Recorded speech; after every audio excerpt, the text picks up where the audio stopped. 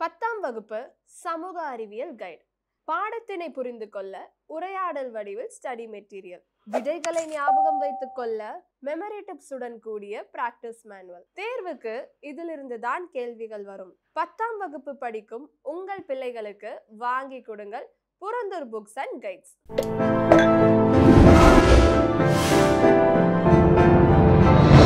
சாய் விசித்ரா.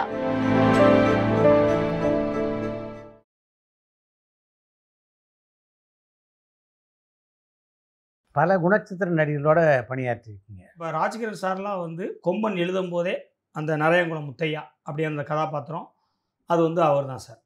ஏன்னா நான் குட்டிப்புலி கதை சொல்லும் போதே ராஜகிரண் சாருக்கு வேறு யாராச்சும் போட்டு பண்ணலாம் அப்படின்னு நான் படம் பண்ணும்போதே அது வாய்ப்புகள் வந்துச்சு சார் கொம்பனுக்கு. அப்போ நான் சொல்கிறேன், இல்லை இது ராஜகிரண் சார் பண்ணால் தான் வந்து இது பர்ஃபெக்டாக இருக்கும் அப்படின்னு சொல்லும்போது பட்ஜெட்டாக எல்லாத்துக்கும் ஏறிச்சு சார். இல்லை அவர் வந்து பட்ஜெட்டு இதாக இருக்கும் அப்படின்னு சொல்கிறப்போ இல்லை அப்போனா அந்த கதை வந்து அந்த முழுமை பெறாது. சில நேரங்களில் சில கதாபாத்திரங்கள் நம்ம வேறு வழியே இல்லாமல் இருக்கும் சார். உண்மைதான். அது மாதிரி தான் சார் இந்த இப்போ நம்ம பசுபதி அண்ணா இருக்கட்டும், பிரகாஷ் ராஜ் சார் இருக்கட்டும், அதேமாரி ராஜகிரண் சார் இருக்கட்டும். நான் ராஜகிரண் சார் எழுதும்போது பார்த்தீங்கன்னா அப்பா கேரக்டரோ இல்லை ஏதோ ஒரு மாமனார் கேரக்டரோ இல்லை ஒரு தாத்தா கேரக்டரோ இல்லை ஏதோ ஒரு வீட்டுக்குள்ளே ஒரு கேரக்டர்ஸ் எழுதும்போது எனக்கு எப்படி கார்த்தி சார் சசி சார் வராங்களோ அதே மாதிரி ராஜகிரண் சார் வந்துடுவார் சார். என்னென்னா அந்த மண் சார்ந்து சில கேரக்டர்ஸ் எழுதும்போது அவங்க ஆட்டோமேட்டிக்காக வந்து அந்த கதாபாத்திரத்துக்கு இப்படி ஒரு தன்மையான மனுஷன், ஒரு வீரமாக இருக்கணும், ஒரு பெரிய ஒரு இமேஜ் இருக்கணும், அந்த அந்த அந்த முகத்துக்கு ஒரு பாசிட்டிவ் தாட் இருக்கணும் அப்படின்னு வரும்போது ஆட்டோமேட்டிக்காக நீங்கள் கூட்டி கழிச்சு அப்படியே வந்து பார்க்கும்போது ராஜகிரண் சார் தான் ஃபஸ்ட்டு உட்கார்றாரு. அப்படி பண்ணும்போது ராஜகிரண் சார் கூட அந்த நம்ம முத்தையா அந்த கேரக்டர் அவர் கேட்டவனையே இது பண்ணிட்டார். ஆக்சுவலி கொம்பன் வந்து நீங்கள் நான் கதையாக பண்ணும்போது சார் முத்தையா தான் சார் ஹீரோ.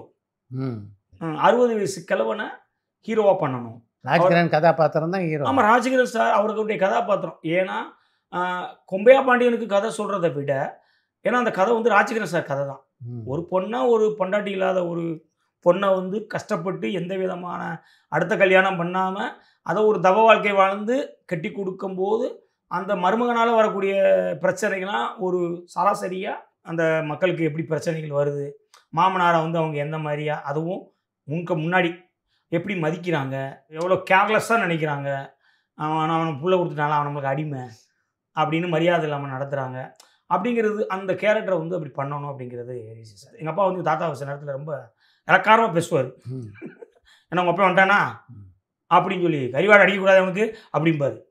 ஸோ இது என்னடானா நம்மளுக்கு அப்போ ரொம்ப இதாக இருந்தாலும் வந்ததுக்கப்புறம் ஏன் இப்படி அப்பா இப்படி இது பண்ணார், ஏன் தாத்தா பொறுத்து போனார், புள்ளையை கட்டி கொடுத்ததுனால மறுமையை சொன்னால் சொல்லிட்டு போனிருந்தாரா, இது எப்படி இது அப்பா கேஷுவலாக செய்கிறாரு, நம்ம வளர்ந்து நிற்கும்போது ஒரு யோசனை பண்ணும்போது இது ரொம்ப இதாக இருக்கே, இது வந்து ஒரு சரியான செயலுக்கு இல்லையே அப்பா பண்ணது அப்படின்னு ஒரு சில வரும்போது அப்பா அவரையும் மடங்கி போனாருன்னா பிள்ளையை பார்த்து கொடுத்துருக்குறோம்.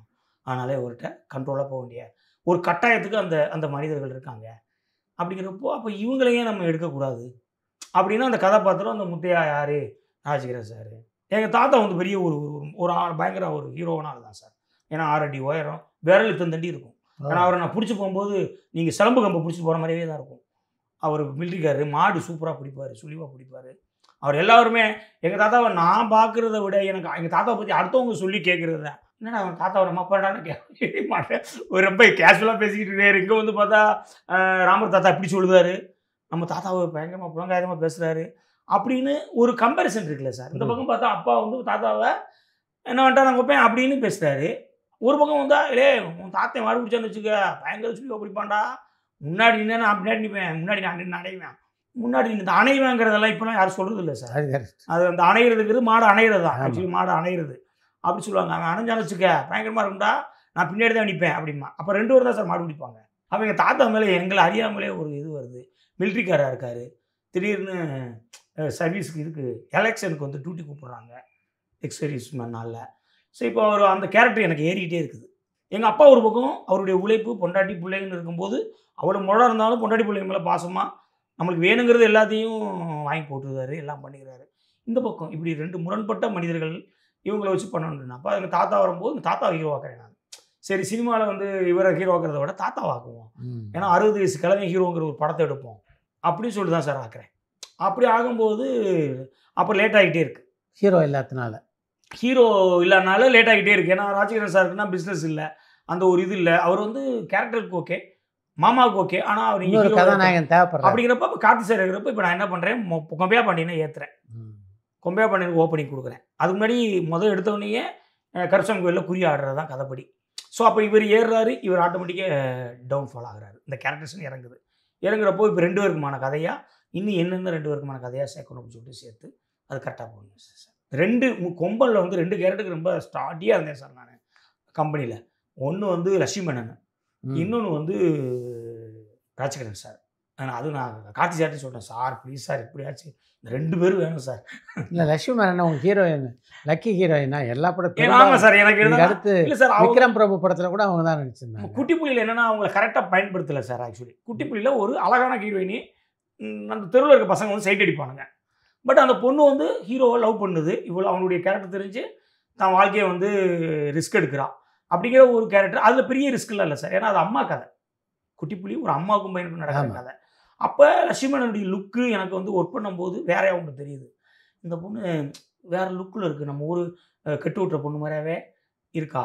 அப்போ இவள் வந்து அடுத்த படத்தில் மெயின் கேரக்டராக அது மேலே கதை இருக்கணும் அப்படின்றப்போ சரி நம்ம பழனி எங்கள் அம்மா அந்த கேரக்டர் தான் அப்படின்னு அதை ஃபிக்ஸ் பண்ணுறேன். ஏன்னா எங்கள் அம்மாவும் நல்லா ரொம்ப இதாக இருப்பாங்க சார், லட்சணமாகவும் சிகப்பாகவும் இருப்பாங்க, ரொம்ப சிவப்பு. அப்படி பார்க்கும்போது சரி ஓகே இந்த கதை பார்த்தா கரெக்டாக இருக்கும் அப்படின்ட்டு அவங்கள இது பண்ணி இந்த 2 கேரக்டரும் நான் கடைசி வரையே சொன்னேன். அது நல்ல வேலை கார்த்தி சார் சரி, ஞானவேல் சார் சரி அது எனக்கு கொடுத்தாங்க. ஏன்னா லட்சுமணன்லாம் வந்து ஏன்னா படத்தில் போய் என்ன நடிப்பு ஊரால் என்ன பண்ணிட்டாங்க, அது அம்மா மேலே கதை, உங்களுக்கு ஒன்றுமே இல்லை, ஏன்னா சுந்தரபாண்டிய ஃபுல்லாக உங்கள் மேலே கதை அப்படின்னு சொல்லிட்டு, ஆனால் அந்த பொண்ணு மேலே தானே சுந்தரபாண்டிய கதை இருக்கும் அப்படின்ட்டு இது பண்ணிட்டாங்க. அதனால் அது எனக்கு இது பண்ணிச்சு. அப்புறம் போய் கதையை சொன்னேன், இல்லை இந்த கதை உங்களுக்காண்டி ரொம்ப உங்களுக்கு பயங்கர பெர்ஃபெக்டாக இருக்கும், நீங்கள் நடிங்க அப்படின்னு சொன்னோடனே கதையை கேட்டு ஓகே சூப்பர் அப்படின்னு சொல்லிட்டு பண்ணாங்க சார். அந்த 2 பேர் கார்த்தி சார், இது அமைஞ்சது அந்த படத்துக்கு ஒரு பெரிய. பசுபதி பிரகாஷ் சாரோட பணியாற்றுது.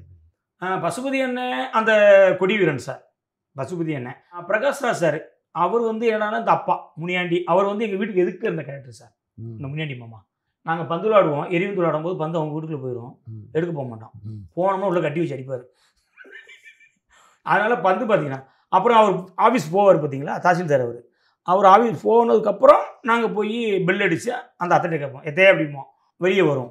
வெளியே வந்து பார்த்தா எங்கள் தெருவில் அது கொஞ்சம் படித்த குடும்பம், படித்த நல்ல, ஏன்னா தாசில்தார் பெரிய வீடு சார் அது. அப்போ வந்து பார்க்கும்போது பெல் அடிப்போம், பெல் அடித்தோடனே வரும், என்னடா அப்படிங்கும், எதை அந்த பந்து விழுந்துச்சுதே மாமா இருந்தால் எடுக்க வரல அப்படின்னோடனே 20 சொல்லிட்டு உள்ளேருந்து 10 பந்து கொண்டு வரும் சார்.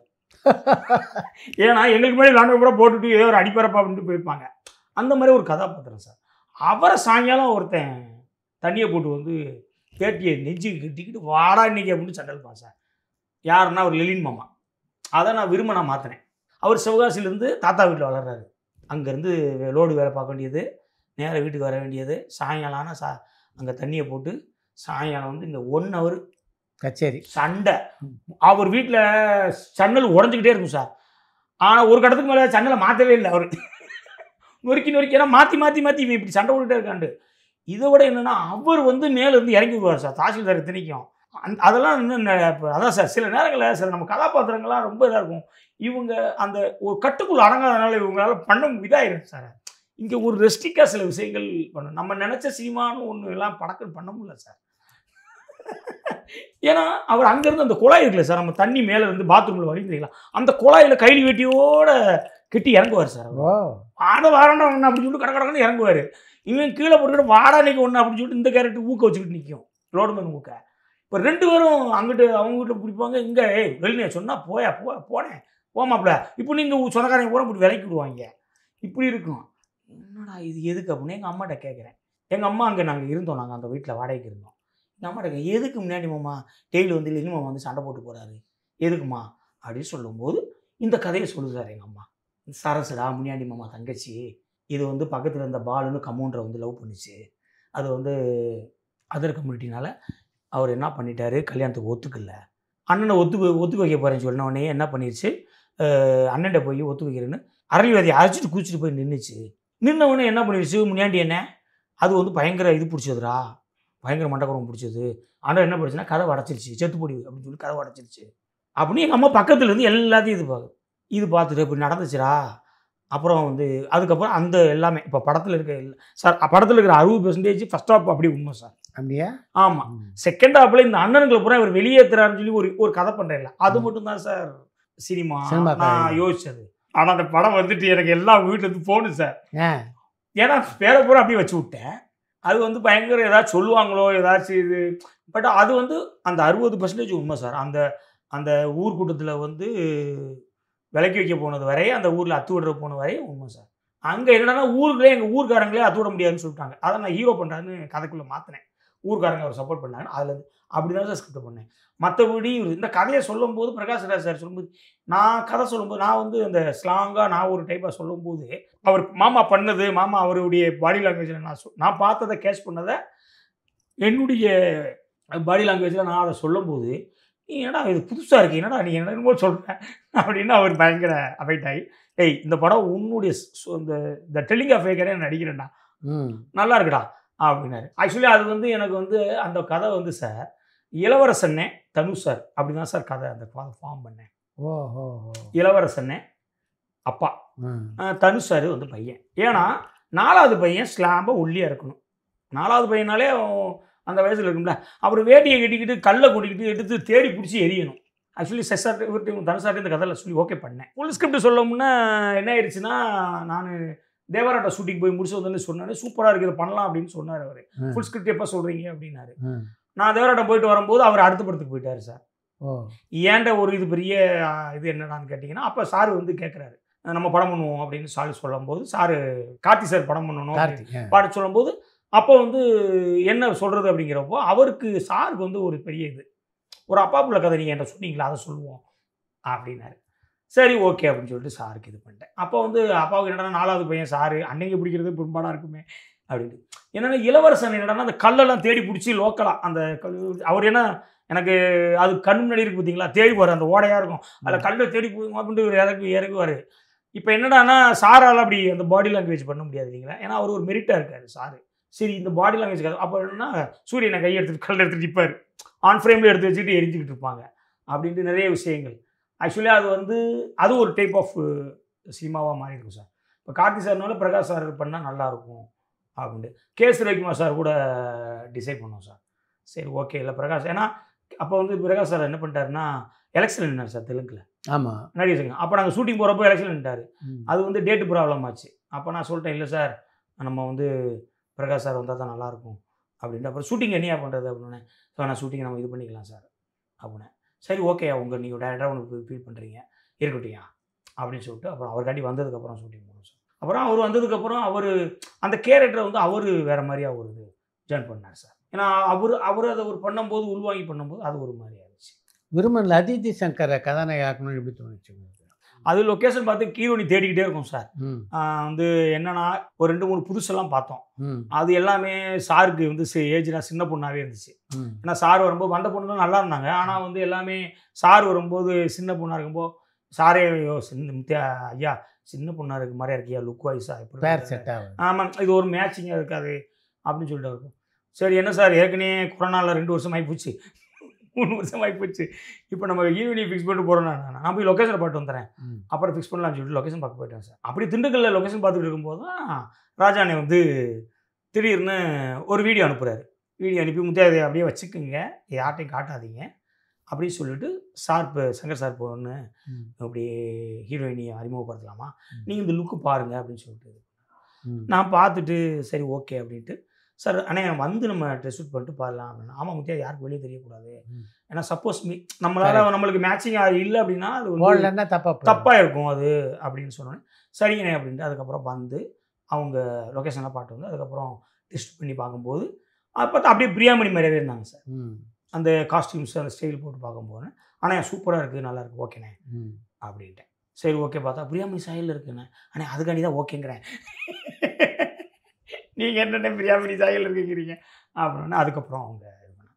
அப்புறம் நடிக்கும்போது சொல்லும்போது நல்லா பண்ணிச்சு சார். அன்னைக்கு நம்ம டெஸ்ட் பண்ணும்போது ஒரு சீன் ஷூட் பண்ணேன் சும்மா ஸ்பேஸ் வச்சு பேசும்போது நல்லா பண்ணிச்சு. பண்ண உடனே சரி ஓகே ரைட்டு அப்படின்ட்டு. அது வந்து அது மாதிரி இப்போ துருன்னு இருக்கும் சார். நல்ல பயங்கர டெடிகேஷன் நல்ல பொண்ணு சார். தேவராட்டத்தில் கௌதம் கார்த்திக் உங்கள் சாய்ஸா தயாரிப்பாளர் சாய்ஸா? தந்தை சொல்மிக்க மந்திரம் இல்லைன்னு சொன்னீங்க சார். அது வந்து கௌதம் கார்த்திக் வச்சு தான் சார் பண்ணலான்னு இருந்தேன்.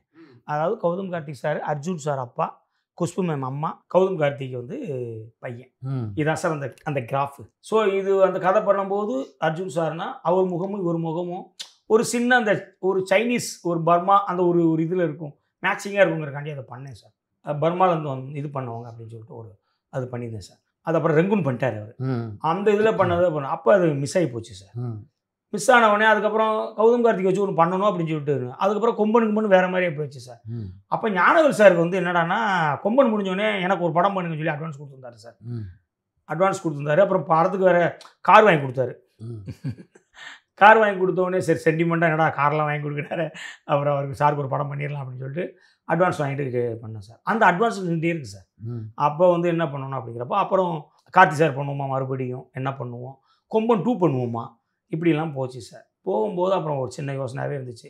அப்போ சார் எனக்கு நீங்கள் வேகமாக பண்ணுங்கள், லேட் ஆகிட்டே இருக்குது, எவ்வளோ நாள் ஒவ்வொரு படத்துக்கும் ஒவ்வொரு வருஷம் போச்சுன்னா ரொம்ப கஷ்டமாக இருக்குது சார். அதுக்கப்புறம் இப்போ என்னென்ன எனக்கு கௌதம் கார்த்திக் தான் இருக்கிறாப்புல, இப்போ டேட்டா வந்து அவர் டேட்டு தான் இருக்குது அப்படின்னோடனே சரி ஓகே அப்படின்னு சொல்லிட்டு ஏற்கனவே எனக்கு கௌதம் வச்சு பண்ணணும் ஆசை அப்படின்னு சொல்லிட்டு அந்த தந்தை சுமுகம் வந்தவங்களே பண்ணலாம் அப்படின்னு சொல்லிட்டு அவர் இல்லை நீங்கள் நேட்டிவிட்டி தானே நீங்கள் அப்படி பண்ணுங்கள் அப்படின்னாரு. இல்லை சார் நீங்கள் ஒன்றும் இல்லை இந்த ஐடியா மட்டும் கேளுங்க அப்படின்னு சொன்னேன். சொன்ன உடனே கௌதம் கார்த்திக் பையன், நவரச நாயகன் கார்த்தி சார் அப்பா, குஷ்பு மேம் அம்மா அப்படின்னு சொல்லி அர்ஜுன் சார் தூக்கிட்டு நவரச நாயகன் கார்த்தி சாரே வச்சேன். சார் அப்பா புள்ள அப்படின்னு சொல்லிட்டு லைனை கேட்டவர் சூப்பராக இருக்கே, ஐடியா நல்லா இருக்கே அப்படின்ட்டார். உடனே ஃபோன் அடித்து சொன்னால் அங்கேருந்து இப்போ தான் சந்திரமொழி கையெழுத்து போட்டு வெளியே வரோங்கிறாங்க. அப்புறம் என்னடா பண்ணுறது அப்படின்னாங்க. சரி சார் கூட அங்கே ஒன்று பண்ணிட்டாங்கன்னா திரும்ப அது நம்ம பேட்டர்னில் வந்தால் தான் ஃப்ரெஷ்ஷாக இருக்கும் சார், அதனால் விட்டுருங்க அப்பா அவர் அது பண்ணட்டும், அப்போ நான் வந்து நேட்டிவிட்டியாகவே பண்ணிடுறேன். அவருக்கு சொன்னார் சரி அடுத்து வேறு ஏதாவது போலீஸ் கதை பண்ணுவோம் அப்படின்னு சொல்லி ஒரு போலீஸ் கதை பண்ணி நான் சொன்னேன்.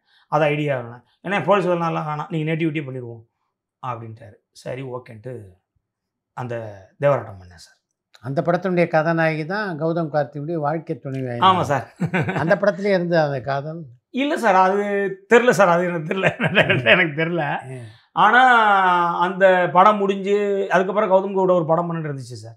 புலிக்குத்தி பாண்டி வந்து கௌதம் வச்சு தான் சார் பண்ணுறதுக்கு நான் இது பண்ணேன். அப்படியா? ஆமாம். அப்போ சன் டிவியில் கேட்டப்போ அவங்க என்ன சொன்னாங்கன்னா இல்லை நீங்கள் உங்கள் கூட லட்சுமி மேனன் பண்ணியிருக்காங்க, நீங்கள் விக்ரமபுரம் போட்டிங்கன்னா ரொம்ப நல்லாயிருக்கும், ஏன்னா அவங்க வந்து கும்கி நீங்கள் கொம்பன் இந்த காம்பினேஷன் ரொம்ப நல்லா இருக்கும் அப்படின்னு அவங்க ஒரு பிஸ்னஸாக ஒரு ஐடியா பண்ணுவாங்க சார். நம்ம ஒன்று எழுதி சொல்லுவோம் அப்படிங்கிறப்போ அப்போ சரி ஓகே சரி இவர் கூட ஒன்று பண்ணிட்டோம் இவர் கூட ஒன்று பண்ணுவோம் அப்படின்ட்டு அப்புறம் நாங்கள் அது ஒர்க் அவுட் பண்ணோம் சார். அப்படி ஒர்க் அவுட் பண்ணும்போது என்ன ஆயிடுச்சுன்னா அந்த இது ஒர்க் அவுட் ஆயிடுச்சு. அப்போ வந்து கௌதம் கூட அந்த இது இதிலே இருக்குது.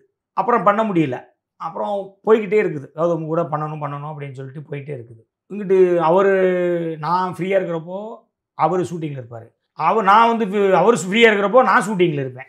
இப்படியே போயிட்டே இருந்துச்சு. திடீர்னு ஒரு நாள் ஃபோன் பண்ணார், சார் நான் வந்து யார்கிட்டையும் சொல்லலை, உங்கள்கிட்ட தான் சொல்கிறேன், ஏன்னா அடுத்தவங்க சொல்லி இது உங்கள் காதுக்கு வந்துடக்கூடாது அப்படிங்கிறக்காண்டி சொன்னார். என்ன பிரதர் சொல்லுங்கள் அப்படின்னு.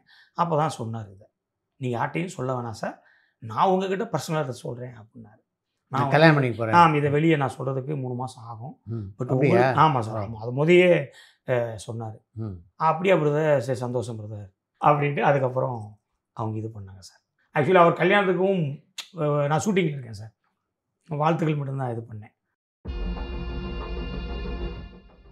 கொம்பன் வந்து அது வந்து கொம்பியா பாண்டியனை வந்து முத்தியா தான் ஹீரோ அப்படின்னு நினச்சி கமல் சார் கண்டி பண்ணப்பட்ட கதை சார். அப்படியா? தேவர் மகன் 2 பண்ணலாமா அப்படின்னா, நீங்கள் பண்ணலான்டா நம்ம பண்ணலாம் அப்படின்னா. சார் தேவர் மகன் 2 பண்ணுறது நீங்கள் கூப்பிட்டு அல்வா கொடுக்குற மாதிரியா? கரெக்ட். ஏற்கனவே சூர்யா கதை சொல்லியிருக்கீங்க. ஆமாம் சார். அதுக்கப்புறம் அவரோட இணைந்து பணியாற்றக்கூடிய வாய்ப்பு அமையலையா? விருமன் வந்து சார் கதை கேட்டார் சார், அவருக்கு கதை பிடிச்சிச்சு. சினிமாவில் இவரை வச்சு ஒரு படம் பண்ணணும் அப்படின்னு யாராவது ஒருத்தர் கனவுல இருக்காரா? ரஜினி சாரை வச்சு படம் பண்ணனா ஞானவேல் சார் கேட்டார், ரஜினி சார் பண்ணுறீங்களா அப்படின்னு கேட்டார். பரபரப்பான சினிமா செய்திகள், நட்சத்திரங்களின் பேட்டிகள், சினிமா வரலாறு ஆகியவற்றை பார்க்கவும் படிக்கவும் உங்களுக்கான இணையதளம் touringtalkies.co.